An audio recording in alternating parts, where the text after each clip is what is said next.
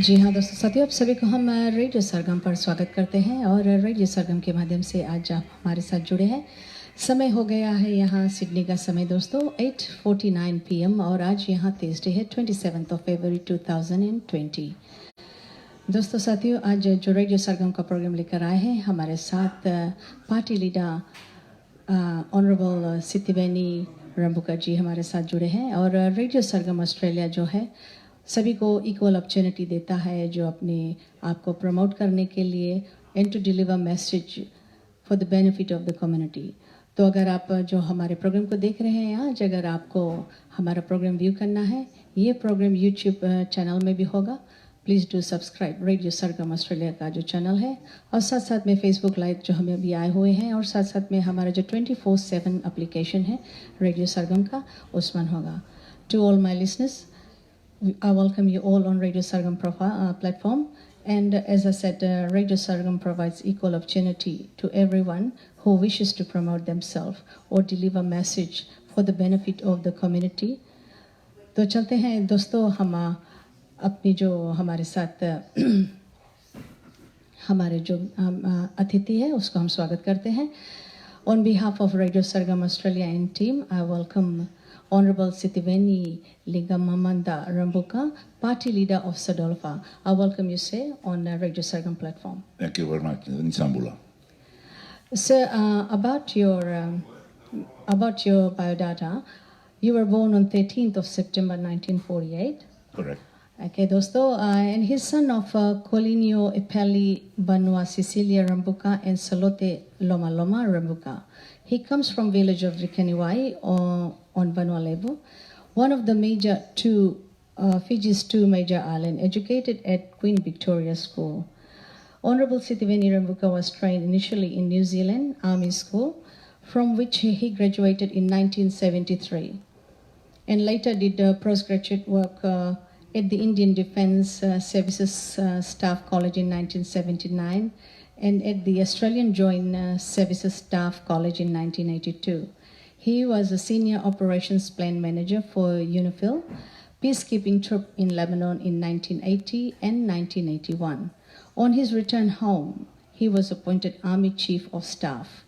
From 1982 to 1987, he was an operations and training officer for Fijian Army, except for 2 years' absence in 1983 and 1985, when he commanded the Fijian battalion as a part of multinational force and observers peacekeeping force in Sinai. For his service in Lebanon, Sitiveni RABUKA was awarded the Legion of Honor in 1980 and the Order of British Empire by Queen Elizabeth in 1981. He was democratically elected as Prime Minister of Fiji, serving 1992 till 1999 and so forth. So this is his background. And Sir, do you have anything else to add to this, your biodata, and what have you done after 1999? That's about all I had done up to that stage. And since 1999, I've been the chairman of the Great Council of Chiefs until that was decreed out of the establishments of Fiji. And I was chief executive officer of a shipping company. And I was also appointed by the Secretary General of the Commonwealth to be his special envoy to try and work out a peace package for the warring factions in the Solomon Islands from 1999 to the middle of 2000, when I was required back at home after the Spade coup, and I was required to be working with the Great Council of Chiefs trying to resolve that situation. Right, sir. So you are a former commander, prime minister and politician, and now opposition leader of Sadolfa. That's correct. So how are you coping with two former commanders in the parliament? It has been good because I understand them and they understand me, and it helps that when I I'm addressing the Prime Minister, who is also a former commander, and we both operate under the chairmanship or the leadership of the Honorable Ratupeli Nailatkau, who is the Speaker. So I understand them well, and I hope they understand me as well too, because there are certain things that may, to some listeners, not sound respectful perhaps, but we know each other well. There is no disrespect on any of our part. I know the Prime Minister respects the two of us, the Speaker and me, because he's more junior of the three, and we both respect the Speaker in his role as a Speaker, as well as a former commander who was our superior officer. Thank you, sir. And with your experience in life and politics, could you please tell our listeners about Fiji's current situation and what lies in future and how your party can win next 22 election? We are going through a very difficult time at home. Our economy is struggling, but most of the economies in the world are struggling. What has happened recently in China with the coronavirus, that has affected many countries in the world, particularly those that have very fragile economies like Fiji that depend on tourism. Our agricultural sector has been suffering for some time, particularly the sugar industry that has been going through some very, very difficult times. Initially, it was the land tenure. Towards the end of my term as Prime Minister, we were in the middle of trying to work out a successor arrangement after the Agricultural and Landlord Tenant Act, which had no successor clause. So at the end of the 30 years of the ALTA, there was nothing. There was no provision for renewal. And we had a joint parliamentary select committee on land. And we were hoping if we had gone back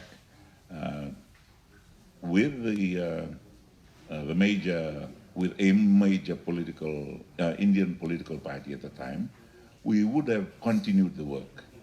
Unfortunately, both the National Federation Party and the SVT lost that election, and even Mr. Chowdhury and the Fiji Labour Party couldn't continue the progress we had made in trying to resolve the land issue when he was ousted in the George Speight coup of 2000.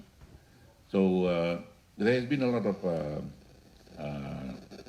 start, stop efforts in resolving the land issue at home, and up to now we have not been able to do that, and we have gone on to try and find other arrangements where there would be cordial and harmonious cooperation between the landlord and the tenant. The current government, before it was elected into office in 2014, had introduced the land bank system. Unfortunately, there was not enough consultation between the tenants and the landowners, so there was a lot of distrust. I believe the government meant well, but there was no thorough understanding on the part of the landowners to be able to confidently let go of the land and allow it to be used for national development. Until now, there is still that discomfort, the feeling of uncertainty, even distrust on the part of the landowners as to what government wants to do with their land that's going to be given to the land bank for government to continue and try and source and look for investors that will use it. The land bank concept in those areas that are not under sugarcane perhaps do not make so much of an impact on the agricultural sector of Fiji. But in the sugarcane belt, there has been a lot of movement away from sugar cane cultivation and into more economic returns of building and subdivision for residential lots. So the acreage under sugarcane has greatly diminished, and we've seen the closure of the mill in Rakiraki, and all the other mills are operating well below their capacity. Thank you, sir. And like with the coronavirus, as you said, has it affected Fiji at all at this stage or no? We're beginning to see that. My neighbors in Namandi Heights, who had probably gone back to China for the Chinese New Year, have not come back. I have seen their house girls coming in and standing around and going back in the afternoon, but not many of them are seen on the streets. And I do not know what will happen to the workers who went home, those who were working in China Railway construction sites. Not many of them have come back. And it will affect the economy. Those buildings will not progress as scheduled. And the whole commerce in the main centers will be affected. There will be a downturn. And manufactured goods from China will probably be affected also. Although there are other sources that Fiji can look to for its imports. The buying power of the Fiji dollar is weak. The fuel may go down in price, but car parts will go up, tires will go up. So we will be seeing the real effect. Now it's like a big ship that's turning. The momentum of the past is still carrying us on, but it's slowing us down. And very soon we may come to a stop where we have to have the cooperation of everyone, the people in Fiji particularly, to produce what we used to import. Thank you, sir. And like I was going to talk to you about the mills closing. So what will happen to like people working in the mills? They will have to be looking for other things to do. I hope we can look at other products to come from the mills so that we can at least use up the crop that is the standing crops. And if we're going to continue to harvest and replant, then we must look at doing something else that will add value to the sugar that we're producing. And to do that means looking at the concept of the milling concept and even the actual machines that are used in those factories, where we need to introduce refineries, where we refine the sugar, we make white sugar, we even look for other products. And if you're going to be, our export is perhaps fine because we're exporting mostly to Europe and the United Kingdom. So that'll be okay. It is just producing enough, continuing to produce enough when the whole economy is slowing down. A lot of people will be looking at a fast return for their labor rather than the low return and slow return of their labor in the sugar industry. Thank you. As you mentioned, people are working there on a very less wage rate. So, and increased of cost of things. That's why I asked if a sugar mill is closing, and is there any provision for them for like pension or anything like that? Not until they qualify for pension under the National Provident Fund. Apart from that, there's very little else that they can do. But in the past, when we have had these disruptions to employment, there have been special arrangements made with the FNPF where they can release part of their funds for to start up something else. a lot of small businesses can come up. When there are major jolts in economies of countries, there will always be opening for other things for people to do. Cottage industries, the little things that we can do that we may not be able to import anymore, we can go into that. We look at India, for example. The cottage industries of the streets of India have now ballooned into major manufacturing industries. They started very small in Indonesia. They started small. Individuals started their own business, and they had some funds that they could invest. They got together and showed social groups and village groups, or number of villages getting together, and they start something bigger. At the moment, they're doing very well, even to support tourism. If we're going to be getting tourists back from other areas that are unaffected, and there continue to be a reduction in the number of countries that are not affected. Every day we get reports of some cases in other countries that were not affected up to the previous day. But I'm hoping that as we take precautionary measures, there will also be development in the area of medicine, with the researchers coming up with either an antidote to the virus, or a cure, or at least preventive measures. Preventive measures we can take individually and nationally as we face the daunting issue of this big threat to the populations of the world. Thank you, sir. An increased rate, it's very noticeable about sexual assault and hard drugs. There's a lot of hard drugs in Fiji at this stage. Like, we hear about it, we read about it. What has government done about it? I believe it's not enough. Not enough has been done, because we had tried to move private members' motion in the last year of Parliament, calling for a joint effort. In fact, a standing a select committee, a parliamentary select committee on looking at the drug issue. That was knocked down very, very quickly by the government vote. They believe that the police and the law enforcement agencies in Fiji are equipped enough and trained enough to handle it. I believe they're not.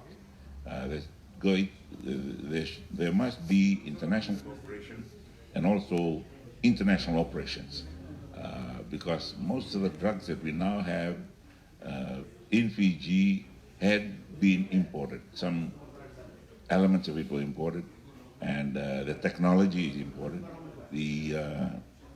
The skills to do all this work were imported, and people came in, and now some of our own people are involved, and our border control has been perhaps not stringent enough to catch these elements coming in. And initially it was quite some surprising members of the communities and societies that were involved. We used to believe that it was just these street boys and street people who would be involved in this. When you look at the profile of the marijuana drug, it was mostly the unemployed and mostly the villagers who were struggling to find something to sell. But now it is some prominent members of society who have been involved. Perhaps it's the cost involved in the trade. It's beyond the scope of the ordinary street people. So that is the worrying profile of this decline in the moral fiber of our society. Thank you, sir. And rule of law, corruption, nepotism, and loss of morality. Can you put some light on that for us? There is a very noticeable increase in sexual assault, even domestic violence, and the whole moral question in society is very quickly fractured and collapsing, and it's not Fiji alone that's on that track. Perhaps it's noticeable in Fiji because for so long we have been showing respect to these issues.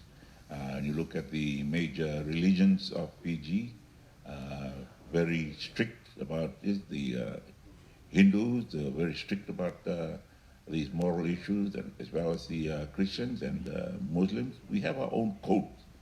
But perhaps it is the effect of constitutionalizing the secularism. Now coming and pushing for their own beliefs, their own rights, believing they are their own individual fundamental rights to go that way. So morality on the whole has been badly affected. Yeah, as I can notice, like when you go back 35 years, all these things were not there, and now everything has changed and like... Yeah, perhaps the scale has been bigger than any other neighboring country. We have gone very, very quickly, very sharply downwards. Thank you, sir. And from what I understand, mostly native Fijians are part of Sudalfa government. Do you think there will be opportunity for Fiji Indians to be part of Sudalfa? I'm hoping that we can do that. We have an Indo-Fijian vice president. He's not well at the moment. I wish him well. I wish him speedy recovery.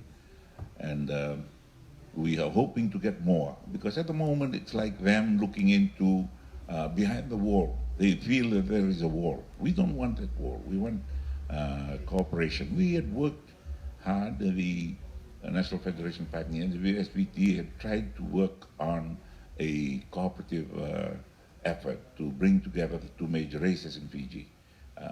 Unfortunately, the political utterances leading up to general elections have always tended to fall back into the slump of racism. We will remain racists if we do not make the effort to combine and cooperate, because we feel that there is a wall on that side, and they feel that there is a wall on our side. So I believe there should be a concerted effort to break down the walls and work together cooperatively. This is the three major racial components of Fiji who were instrumental in the building up of the colony.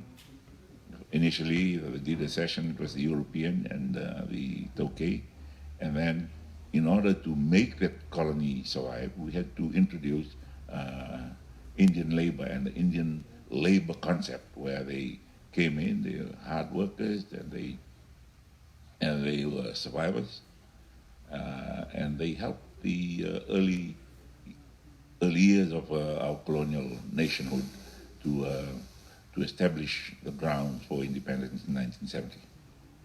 Thank you, sir. And if your party wins, sir, and you become a Prime Minister of Fiji, what changes, if any, your government will do better for Fiji? Well, we'd like to keep Fiji working. This was one of the things that the Fiji First government, because before they formed the party, they were saying, keep Fiji working, employ Fijians. Unfortunately, we have been recruiting everybody else except our own people. And we would like to change that. We would like to offer the first opportunity to our local workers and give them a respectable wage so that we can keep Fiji working.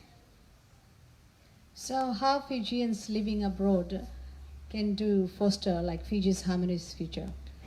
There's a lot that can happen. We have to be able to attract them to come back. When you look at the economy of the State of Israel, and you realize that the concept of the Jews returning to Israel or coming into Israel, they are coming in trained, they are coming in experienced, they are coming in with their own know-how, and they come in, they are scientists coming in, doctors coming in, investors coming in. They come in mature. whereas we rely on our natural growth of our population. But if we open up the doors so that those who are living abroad now can come in and cooperate, we open doors for them instead of allowing them to come in and they stand in queues. The time taken up in trying to establish a company in Fiji is too long. When we read such books as the Mystery of Capital, written by a former vice president of the IMF and the World Bank, Hernando de Soto, he talks about the speed of setting up companies, the speed of starting a company.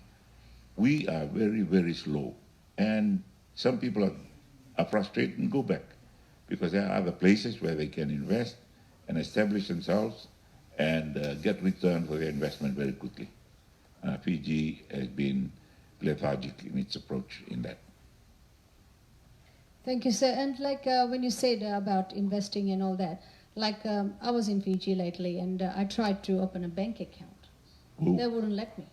What is the reason behind it? I do not know. Maybe they're still looking at a very defensive approach at money laundering. So they're very suspicious. I don't blame those who are trying to come back in getting frustrated because we feel everybody who's coming in is trying to do something that is below the radar, the legal radar. More people, very, very few people do that. But because of the few, the rest suffer, the majority suffers. That is not the way to encourage people to come in.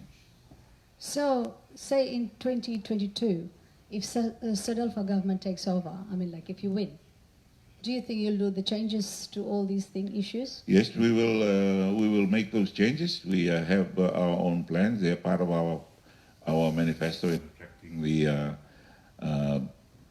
former Fiji citizens to come back in, and also to encourage our businesses in Fiji to grow.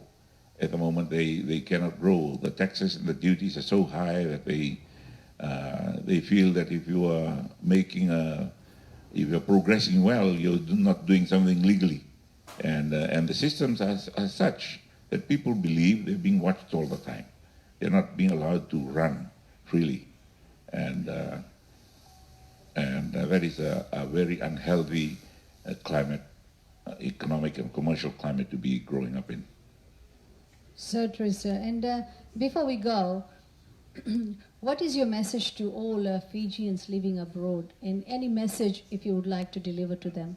Well, first of all, I'd like to say Nisambula to all of them and congratulate them for many of them have become very successful wherever they are. And I only wish we could say that when they come back to Fiji, they make successes of their lives when they come back. But the difference is the atmosphere, the climate. They get a free hand or almost a free hand in establishing themselves overseas. And it's sad that their mother country where they were born, brought up, will not be able to offer them the same opportunities if they were to come home. And we would like to change that. Thank you, sir. And thank you, sir, for giving me the opportunity for this exclusive interview. And to all my viewers, you can view this on YouTube and through Radio Sargam profile.